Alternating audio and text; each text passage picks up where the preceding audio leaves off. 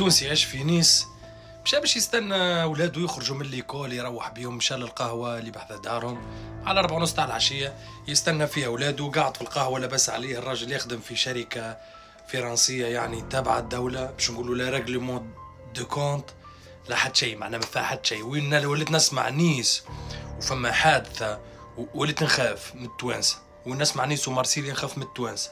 ربي ان شاء الله يبقى عليكم الستر التوانسة اللي في نيس وفي مارسيليا.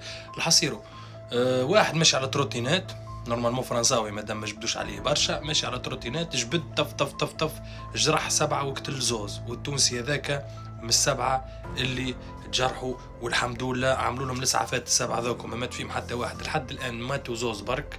اما الشرطة الفرنسية التو تلوج على صاحب العملة شكون، الكاميرا خطفت اللي واحد بتروتينات، بس طق طق طق طق ضرب، الله اعلم في شكون يقصد هو، ولا بالكش عنده تصفية حسابات مع جماعة اخرين.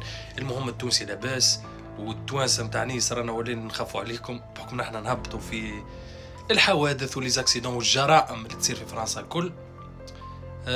ربي بقى عليكم الستر ان شاء الله التوانسة اللي في مارسيليا واللي في نيس.